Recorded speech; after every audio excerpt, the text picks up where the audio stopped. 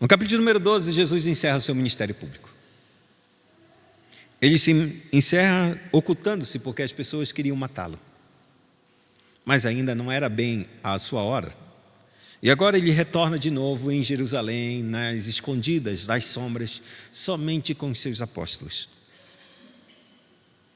E agora, João ele retrata as últimas horas de Cristo a partir de então.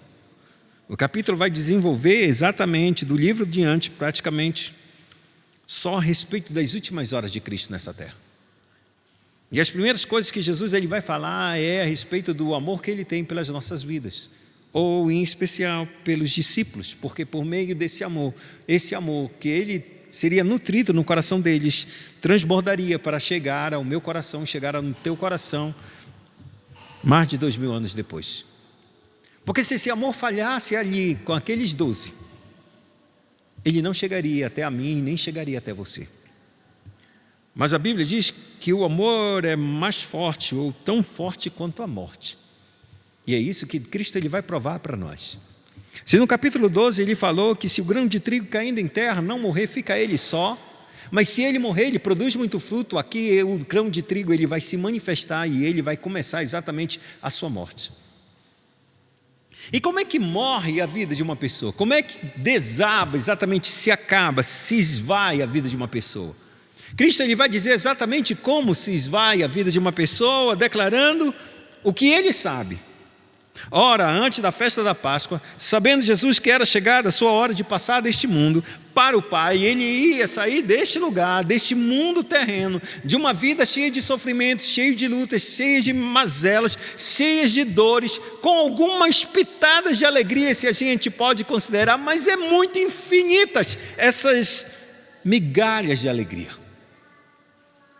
Tamanhas são as dores que nós vivemos nesse mundo. E ele diz, sabendo que chegada era a sua hora de passar deste mundo para o Pai, para um lugar que não há essas dores, não há essas limitações, não há esses trabalhos, não há essas preocupações, não há ansiedade. Eu posso muito bem, às vezes, sair da minha casa, ficar alegre, feliz, estou em paz, está comida, estou com Cristo, estou fazendo isso, estou fazendo aquilo outro, tipo assim, eu estou de boa, como se diz aí o meu sobrinho. Mas eu vou pela rua e de repente eu vejo uma mulher chorando, com a cara desesperada, e eu viro e paro, e assim acontece com a vida de vocês. O que será que está acontecendo com aquela mulher? Qual é a dor?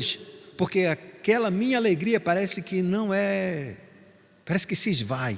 Não que ela foi embora, mas eu me deparo diante de uma cena que não faz parte de mim, que não faz parte do meu rol, daquilo que eu vivo, daquilo do meu dia a dia, e eu deparo com uma pessoa estranha, que não é da minha família, e eu olho para ela, e ela está desesperada, e ela está chorando. O que a gente faz? Se não um coração, novamente, aquela alegria se vai. Não a alegria de viver com Deus, mas a alegria daquele estado, daquele momento, alguma coisa perturba, e a gente fica impotente. O que está acontecendo com aquela mulher? O que está acontecendo com aquela pessoa? E às vezes a gente fica desesperado porque, entre aspas, se diz, qual é a dor que ela está sofrendo agora? Qual é a angústia dela? E esse é um dos pontos que este mundo é tão tenebroso. Porque embora eu esteja bem, de saúde, com a minha família bem, tudo bem, eu posso me encontrar com outra pessoa que não conheço, com uma terrível situação. E tudo aquilo que eu tenho de bom, eu torno-me grato a Deus, mas isso parece dizer, poxa, porque eu sou tão abençoado e essa pessoa está passando com tanta dificuldade? Quando eu estou falando isso, não é para que a gente se sinta, culpado de ser feliz, mas é para que você entenda que esse mundo não pode ser real. Porque se eu sair daqui e só encontrar gente feliz, eu estou entrando num mundo verdadeiramente perfeito. Mas não é isso que acontece. Embora a minha vida esteja tudo bem, eu vou sair daqui e vou encontrar uma situação que não me diz respeito e que essa pessoa está passando mal, e eu não vou ser indiferente a ela e dizer assim mesmo, ela que se vire, ela está pecadora, ela é isso. Não dá, porque o nosso coração não deve ser assim, pois o amor de Deus está sobre nós. Então, quando a gente vê uma pessoa que está em sofrimento, a gente tem a tendência de virar e se inclinar para tentar ajudá-la. Nem que a gente não possa fazer nada, nem que seja apenas uma única oração por essa vida. Mas o Cristo está dizendo, chegou a hora de eu passar deste mundo para o Pai, para o lugar em que tudo é perfeito e eu não vou encontrar nenhuma coisa imperfeita. Então, João, ele externa o coração de Cristo, ele diz, tendo amado os seus que estavam no mundo, amou-os até o fim. Irmãos, ele não amou até a metade. Tendo amado os seus que estavam no mundo, eu estou indo para o Pai. Eles vão continuar neste mundo, no mundo terrível, no mundo de dores, no mundo de sofrimentos, no mundo em que eles vão ter alegrias, mas as alegrias deles, eles vão olhar para outras pessoas que vão ter tristezas e eles vão sentir novamente que esse mundo é terrível. Eu não falo que o mundo é mau em si, irmãozinho, não me interprete mal. Estou falando que o mundo não é perfeito. Há muitas dores nas nossas vidas. Quantas vezes a gente está cercado de todas as coisas boas, está tudo bem, e de repente bate uma tristeza no nosso coração, e a gente não sabe nem de onde vem, porque isso é um sinal de que esse mundo não é perfeito. Se fosse perfeito, está tudo bem, tudo normal, por que está saindo tristeza no meu coração? Por que eu estou triste? É porque o mundo não é perfeito, por causa de exatamente que nós não somos perfeitos. Então Cristo, ele olha para esses que ele tem amado e diz, e ele os amou até o final. E qual é o final desse amor? Até onde vai Cristo com amor para com a minha vida e para com a tua vida? A Bíblia diz que ele foi e os amou até o fim. Não o fim da jornada dos discípulos, porque eles continuariam neste mundo, mas ele não. Então a vida dele se derrama até a morte. Amou-os até o fim. E esse amar até o fim é a cruz. O propósito pelo qual ele veio. E ele veio por causa do amor de Deus. E ele veio, e quando veio a este mundo, ele nos amou. E nos amou até a cruz.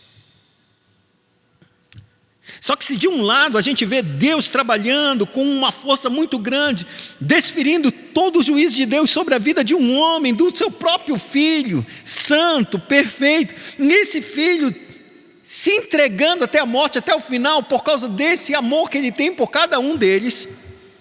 Por um outro lado, de um outro lado, na mesma esfera, no mesmo lugar, na mesma situação, temos um dos homens que é alvo do amor de Deus,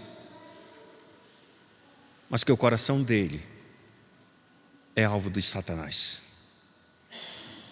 No verso de número 2 diz, durante a ceia, tendo já o diabo posto no coração de Judas Iscariotes, filho de Simão, que traísse a Jesus. Da ceia, João está revelando o coração do filho de Jesus, dizendo que ele os amou e agora ele vai amar até o final. Ele não vai chegar até a metade do caminho, ou 1/4 do caminho, 90% do caminho, a dizer, vou desistir, vou me embora, não quero mais amar esses homens, todo mundo pecador, todo mundo errado, parece que eu trabalho e as pessoas nunca dão valor. Ele amou até o final. Mas ao mesmo tempo que ele ama até o final, a Bíblia diz que Satanás, ele coloca exatamente no coração de Judas Iscariotes o desejo de trair aquele que o ama. Você percebe como Deus está trabalhando nesse mundo, um mundo perverso em que Satanás está instigando o nosso coração cada vez mais para odiarmos aquele que nós, ou melhor dizendo, aquele que nos ama. Eis a razão porque muitos de vocês podem tomar decisões erradas diante de Deus, porque o nosso coração se inclina para as obras da carne, e muitas vezes esse coração inclinado para as obras da carne, ele só precisa de um sussurro de Satanás para colocar no nosso coração para atrair o Cristo, para atrair o amor de Deus para conosco, para atrair a confiança que Deus tem nas nossas vidas. A Bíblia é clara, não pense você que Judas Iscariotes é um boneco e que Satanás foi lá e disse, é assim, e tu vai fazer isso. E aí eu, como fosse um carteiro entregando uma carta para o coração de ninguém, ele leu e já entrou. Negativo. Judas Iscariotes, ele passou a odiar Cristo. O coração dele não mais satisfazia o Cristo que ele projetava. Quando ele viu um Cristo manso, quando ele viu um Cristo cheio de amor, como ele viu um Cristo que não conseguia se levantar contra os seus inimigos, ele disse: esse não é o Messias, esse não pode ser o Filho de Deus. Não importa os milagres, esses milagres deveriam ser como o de Moisés, para destruir Faraó e seus exércitos, toda aquela nação, arrasar. Era isso que eu esperava que o Cristo fizesse, com os seus prodígios, seus milagres, devastasse o Império Romano e a gente se tornasse a nação, a poderosa nação de Israel. E todas as nações fossem subjugadas, porque a profecia dizia que o santo reinado do rei, daquele que haveria de reinar sobre toda a terra, era um rei soberano, e todas as nações iam se submeter a esse rei. Com esse rei assim, fazendo sinais, prodígios e milagres, só para curar inválidos, miseráveis, dar comida para os pobres. E quando o inimigo de verdade se levanta, ele consegue dizer assim mesmo: ama os teus inimigos. Esse não é o libertador que eu espero. E eu não vou mais tirar nenhum dinheiro a respeito dele. O resultado disso é que, por várias situações, o coração de Judas começa a endurecer tão forte e ter uma antipatia por Cristo. Ele olha e todas as ações que Cristo faz de amor, para ele é inútil, não é verdadeira, não é para isso, é um desperdício. É o que ele vai dizer quando a Maria, ela vai e derrama, quebra o vaso de alabastro, derrama tudo sobre a cabeça de Jesus, ou sobre o corpo todo dele, e diz: para que esse desperdício? Poderíamos ter vendido esse perfume e dar aos pobres. E a Bíblia diz que ele não tinha cuidado com os pobres, mas porque ele tomava conta da bolsa, ele tirava o dinheiro que ele estava, porque ele era ladrão. E aqui a gente tem que tomar cuidado, amados, porque amor e ódio, eles andam muito próximos de nós. Ou o amor de Deus irá tomar a tua vida e cuidar da tua vida, ou você irá rejeitar esse amor, e o ódio que Satanás vai ingerir, ou vai inserir na tua vida, no teu coração, será tão forte, tão poderoso, que você será capaz de desconhecer o Cristo e traí-lo por 30 moedas de prata. Por nada. 30 moedas de prata era o preço que um escravo era comprado. Um escravo fraco era o mínimo que se pagava, 30 moedas de prata. E o Senhor da glória foi vendido exatamente por isso, 30 moedas de prata. Ou seja, o Cristo que era Senhor dos céus e da terra, ele foi traído por um valor mísero de um escravo. Mas por que ele foi traído por um mísero valor de um escravo? Porque ele havia se tornado um escravo.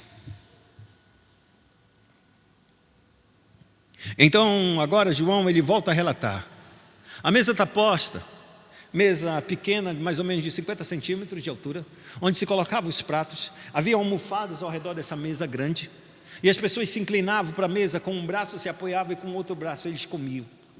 Ao redor dessa mesa, os pés, a cabeça ficava perto da mesa, e a mão dirigia a comida e comia, mas os pés ficavam esticados para fora. Vocês devem ter visto em alguns filmes assim, esse tipo de mesa.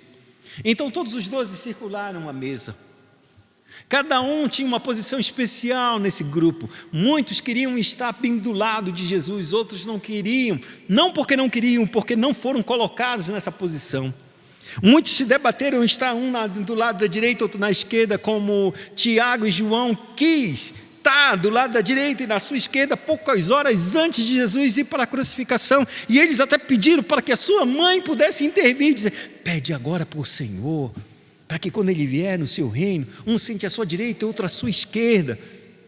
E a mãe foi lá interceder pelos filhos, e Jesus disse: vocês não sabem o que vocês estão pedindo. Não, a gente sabe sim, a gente quer participar da tua glória, quer estar, olha assim, no patamar acima de todos esses outros homens, até em cima dos teus discípulos que andam a gente junto. Mas tem que ter um maior do que todos juntos aqui, né? Desses 12 tem que ter os maiores, né? Aí, Senhor, vocês podem porventura beber o cálice que eu estou para beber? Disse: sim, com certeza a gente bebe. Ele disse: com certeza vocês vão beber, mas o assentar à minha direita e à minha esquerda, isso não compete a mim, mas compete ao Pai, aqueles a quem Ele vai dar. Isso é a disputa que eles tinham para ver quem era o maior dentre eles. Nessa festa da Páscoa, essa última festa, Jesus toma a ceia somente, ou participa dessa festa do sacrifício pascual. É a única festa que a Bíblia relata que Jesus está com seus 12 homens. As outras 12 festas, as outras duas festas da Páscoa, a Bíblia não relata a respeito disso, que ele come, mas parece que come com outras pessoas. Mas nessa não, ele reúne só os discípulos e diz exatamente quem. Até o dono daquela casa não estaria naquele lugar. Mas prepararia esse cenário. Lucas vai registrar isso. Vocês vão pedir para ele, homem, para realizar a Páscoa com os meus discípulos. E ele realiza. Só que na festa está tudo preparado, a mesa está montada, tudo certo. Havia um vaso, uma bacia com água para a lavagem dos pés. Como Jesus não tinha muito desse negócio de ficar lavando mãos e pés, eles estão sentados na mesa, começaram a comer. Jesus continuou comendo. Ninguém se levantou para lavar os pés de ninguém, e a Bíblia diz exatamente no verso de número 3: sabendo este que o Pai tudo lhe confiara às suas mãos e que viera de Deus e voltava para Deus, levantou-se da ceia, tirou a sua vestimenta de cima e, tomando uma toalha, cingiu-se com ela. Depois deitou água na bacia, passou a lavar os pés aos discípulos e a enxugar-lhes com a toalha com que estava cingido. Ele começa a fazer isso. Ele é o Senhor e Mestre. Ele é o Todo-Poderoso. E a Escritura diz claramente que toda a mesa estava pronta. Havia um balde com água, uma bacia e uma toalha, porque sabia-se que os rituais eram isso, tinha que lavar. Mas quem usa esse balde, essa toalha, era o pior dos escravos, era o escravo mais baixo. Mas todos eles estavam lutando por posição. Quem é que vai lavar os pés de ninguém se não tinha um escravo? Se não tinha um servo? Alguém teria que lavar os pés uns dos outros. Quem ia se prontificar? Vai lá, João. Eu já pedi até o primeiro lugar cativo aqui na direita. Vai, Tiago. Não, eu peguei a esquerda. Quem é que vai? Alguém tem que lavar os pés. Não vou me humilhar para ninguém aqui não. Eu que tinha que ser, eu que andei sobre as águas. Eu sou o Pedro. Lembra não? Por 2 vezes disse quem ele era, que ele era o Filho de Deus. Eu é que tenho mais revelação da parte de vocês, eu que andei mais e vi mais coisas. Ninguém quis lavar os pés uns dos outros. E nem se prontificaram de lavar nem mesmo os pés de Jesus. Porque talvez se lavassem os pés de Jesus, esse eu posso me lavar. Mas Jesus ia me olhar e tu não vai lavar os outros? Para evitar esse problema, eu não vou lavar nem o de Jesus. Fato é, amados, que eles se sentam, comem à mesa e Jesus vai comendo. Quando a ceia está continuando, Jesus se levanta. A partir de então, Jesus começa a se tornar o servo sofredor, o verdadeiro servo sofredor. A partir de então, ele se torna o escravo. E sendo ele se tornando o escravo, ele vai, o menor de todos, pega a vasilha, deita a água sobre ela, pega uma toalha, tira as suas roupas, porque agora ele é um escravo, ele não é um senhor nem um mestre, ele vai tirando suas vestes, como exatamente o apóstolo Paulo, ele vai nos dizer, aquele que não teve por usurpação ser igual a Deus, antes se humilhou, tomando a forma de um homem, e achado na forma em semelhança humana, ele se humilhou ainda mais, sendo servo e obediente até a morte, e morte de cruz. O que Cristo começa a fazer agora diante dos seus, a quem Ele os amou até o final. E quando a gente ama, a gente lava os pés. Quando a gente ama, a gente se humilha. O amor não é soberbo, o apóstolo Paulo diz claramente, o amor é humilde, amados. O ato de servir é a forma mais grata e manifesta do amor para com o ser humano. Todo aquele que ama vai servir, e todo aquele que ama serve de maneira humilde. É por isso que Cristo ele vai se humilhar e vai nos amar até a sua morte, porque Ele vai nos servir até o final da sua vida, e independente da forma como nós vamos responder esse amor, porque Ele lavou os pés de Judas, a quem Ele já sabia que ia trair. E se você vai me trair, é bem provável que eu me levante contra você e disse: eu não vou te servir mais coisa nenhuma. Vai procurar os teus, porque tu queres me trair. Mas Cristo não é assim. Ele não depende do teu amor, nem do teu ódio para te amar. Ele não depende da minha vida de obediência para me amar. Ele me ama. E Ele conta com que esse amor chegue ao meu coração e transforme o meu coração para entender que amar foi assim que Ele nos fez e foi assim para que nós exercêssemos esse amor durante toda a nossa vida. Como pelas Escrituras a gente diz, a ordem de Deus é que a gente ame. Ama o teu próximo como a ti mesmo. Ame o seu irmão como eu te amei. Ame os teus inimigos. Ame a tua esposa. Não sobra, irmãos, qualquer relacionamento que Deus não coloque sobre nós um imperativo. Ame. E amar é servir. Porque Deus amou o mundo de tal maneira que deu o seu Filho. Ele nos serviu o seu Filho. Porque Cristo amou e amou até o fim. E como é que Ele ama até o fim? Entregando a sua própria vida por nós, para perdoar os nossos pecados. Só que, ao mesmo tempo que o amor de Deus vai avançando, a gente percebe também a força do inimigo dentro dos nossos corações para trabalhar para que nós rejeitemos esse amor. Porque rejeitar o amor é um estado de orgulho nos nossos corações. Ele está lavando os pés de um por um.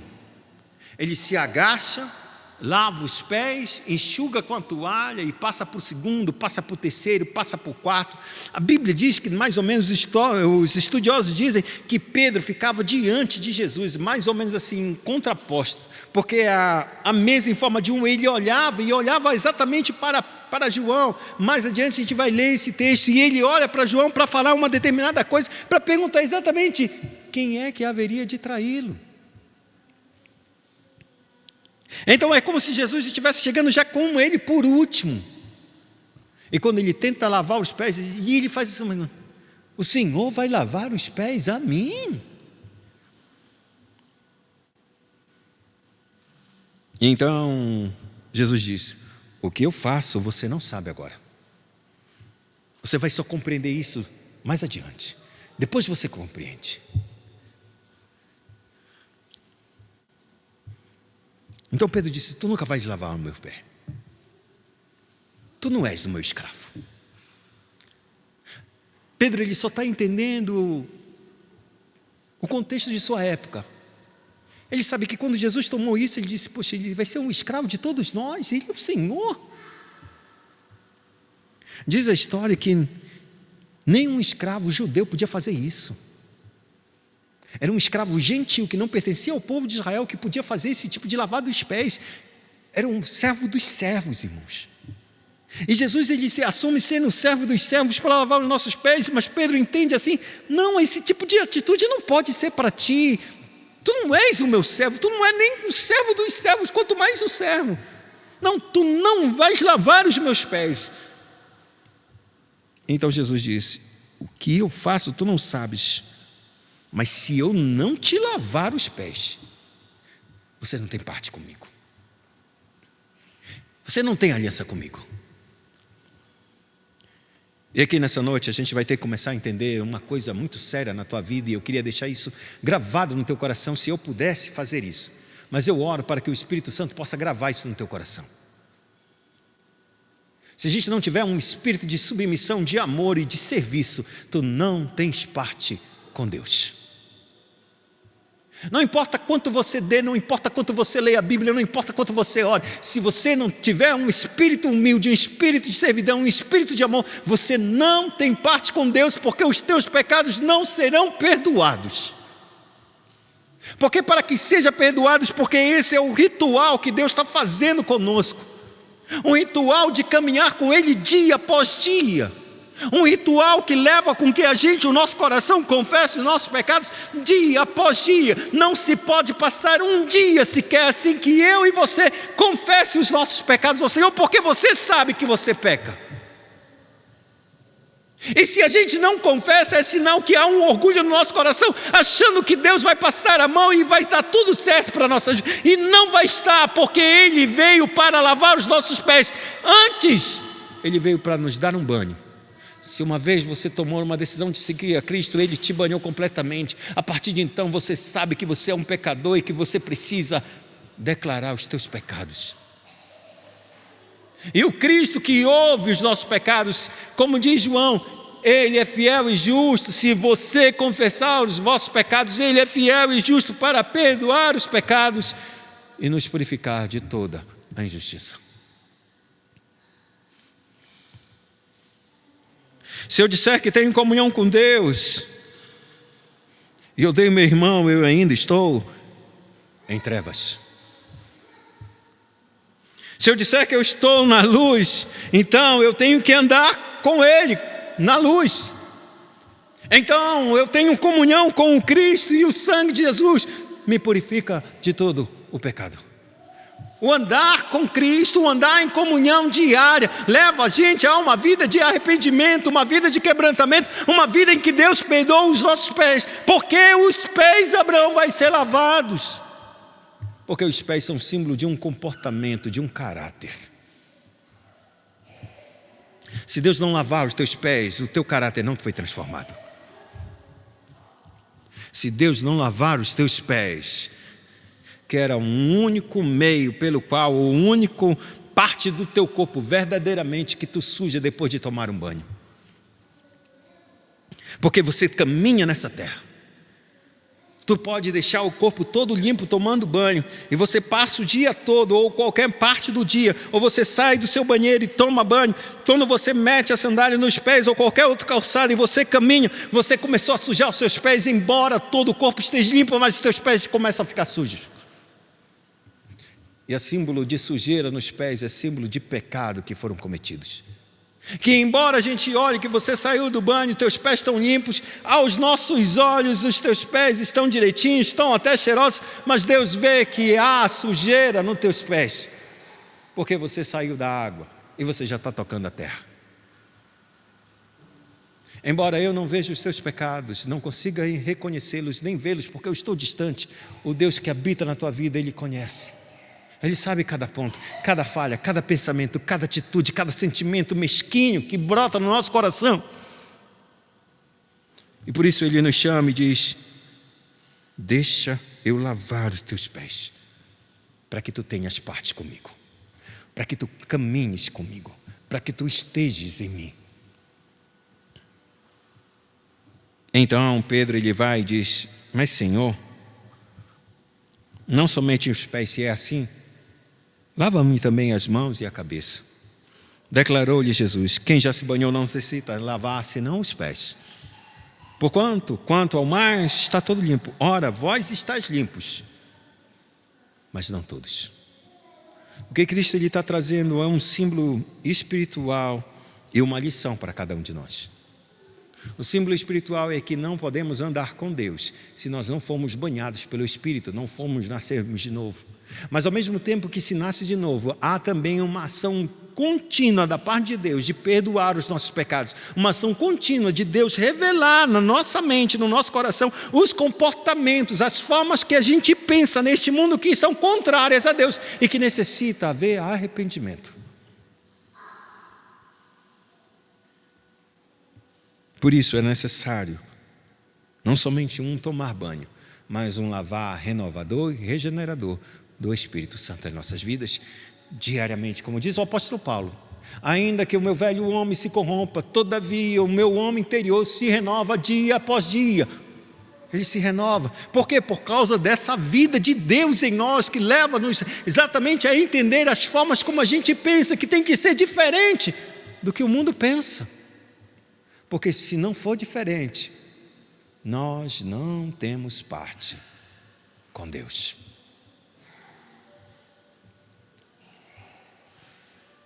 Mas nesse mesmo ponto, Jesus ele começa a dizer: eu tenho que lavar os pés de vocês. E Ele lavou os pés de todos. Mas Ele disse uma coisa: eu posso lavar os pés, mas alguns de vocês não tomaram o banho. O que mostra também que qualquer tipo de rito espiritual que a gente faça, ele tem que passar primeiro para um novo nascimento, porque o banho é símbolo desse novo nascimento.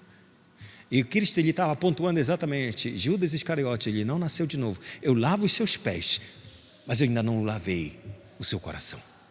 Ele ainda não nasceu de novo. E isso significa dizer o quê? Que há muita gente no meio da igreja que já tomaram banho, já se batizaram, foram batizados, melhor dizendo,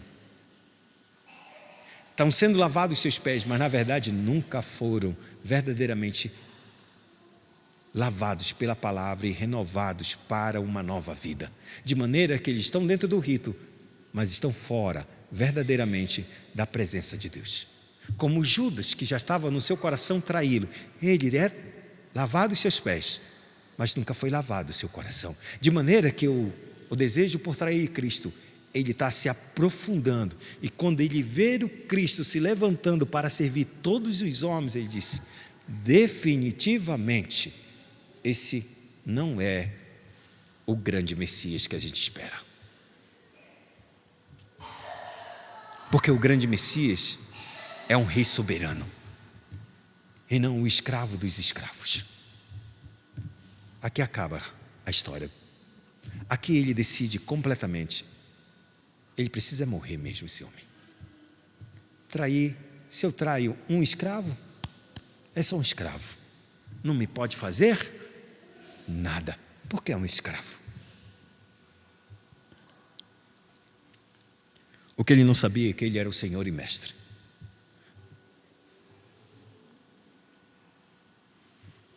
A Bíblia diz no verso de número 12, agora ele começa a explicar o que ele vai fazer conosco.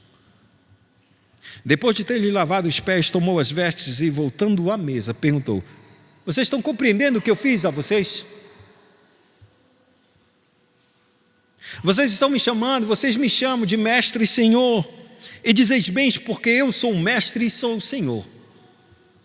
Ora, se eu sendo senhor e mestre, eu vos lavei os pés, vós também deveis lavar os pés uns dos outros.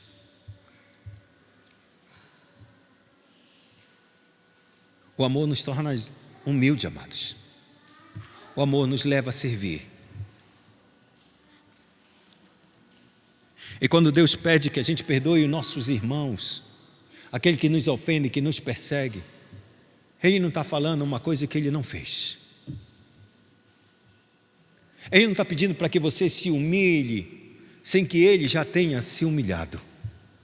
Tudo que Ele pede para mim, tudo que Ele pede a você, Ele já fez, e fez isso num nível total.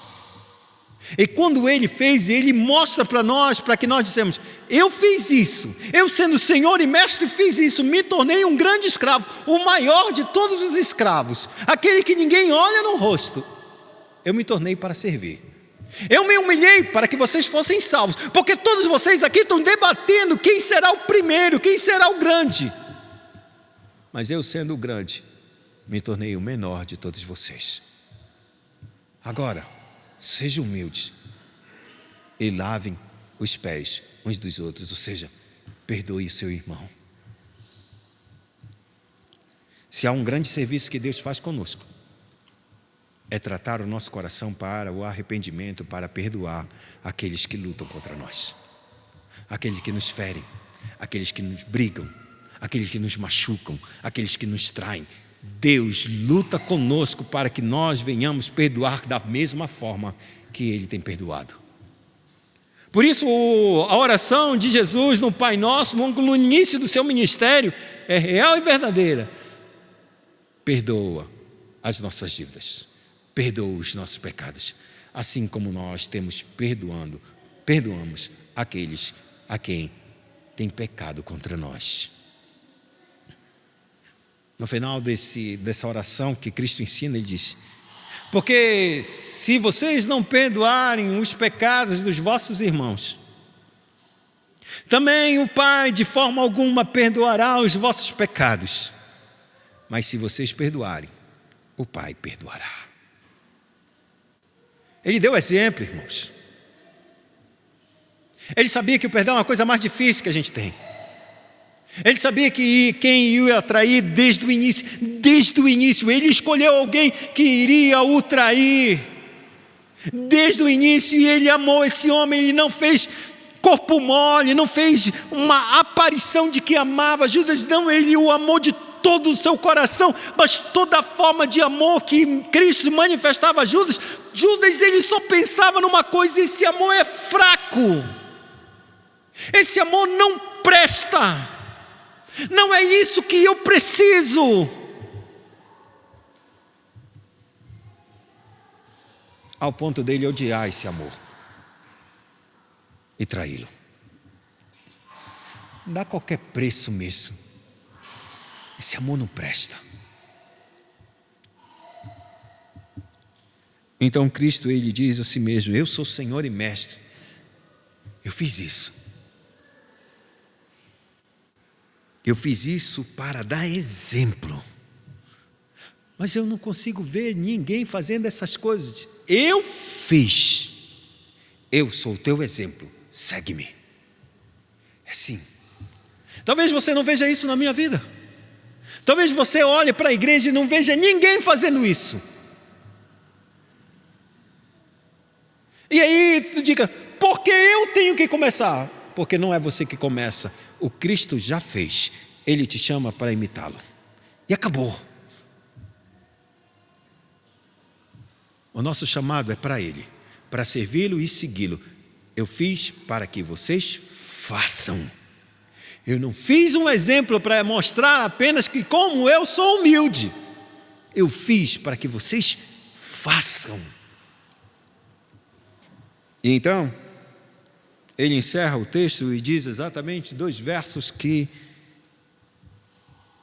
nós devemos guardar no nosso coração.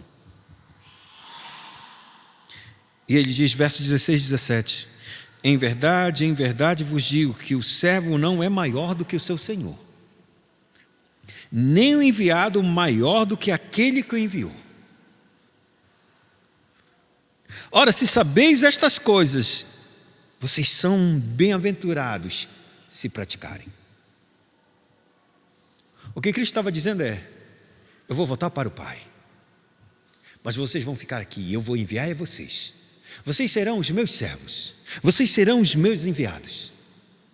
E sendo vocês os meus servos, eu quero te dizer que você, servo, não é maior do que o seu Senhor. E você, enviado, que eu estou te enviando, você não é menor daquele que te enviou.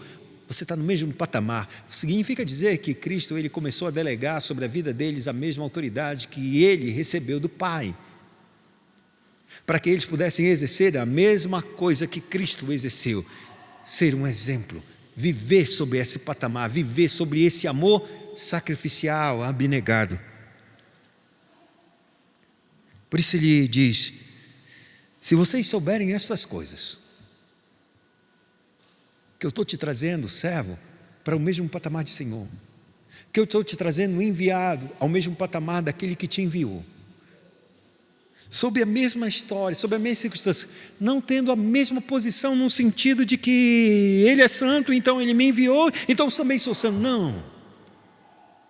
É que a honra que Deus está nos dando é a honra de caminhar junto com ele, sob a mesma batuta que ele caminhou com Cristo. Se vocês souberem destas coisas, vocês entenderem que vocês vieram de Deus e vão voltar para Deus, quem será capaz de te humilhar? Porque o que Cristo ele termina esse assunto é o com que ele inicia. Sabendo que ele viera de Deus e voltava para Deus, você sabe que você veio de Deus? Você sabe que você vai voltar para Deus? Quando você sabe quem você é em Cristo, você se despe de todos os teus títulos, de todas as tuas honrarias, de todos os reconhecimentos, e te torna apenas um simples servo para servir qualquer um. Mas se você não sabe quem você é, você irá trair Jesus. Você nunca tirará a sua roupa para se humilhar e servir teus irmãos. Você nunca dará o perdão que Deus exige que você dê ao seu irmão. Teu coração vai ficar endurecido e não ouvirá mais a voz de Deus até o dia em que Deus o te chame E no dia que você for chamado, você se envergonhará de ter as tuas roupas todas manchadas pelo pecado. Mas se você sabe disso, e que ninguém mais pode te humilhar, porque você veio de Deus, você está em Deus, irmão. A pessoa que está em você é infinitamente maior e mais valiosa do que tudo nessa terra. Esse é o teu prêmio, esse é o teu grande presente. Nenhuma das alegrias deste mundo, nenhuma das alegrias, nenhuma das tristezas podem tirar e remover a identidade que tu tens em Deus. Isso te leva a te humilhar como Cristo se humilha e se alegrar em ter feito isso, ainda que as pessoas venham te trair. Isso é tão prova que no último dia, naquele dia em que Cristo foi traído, e ele foi traído como um sinal de um beijo. Coisa mais santa e mais sublime que um homem pode dar a uma outra pessoa. No rosto. Ele vira para ele e diz: meu amigo, com um beijo tu me traz.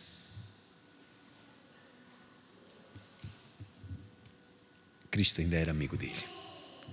Ainda o amor, e o amor até o final.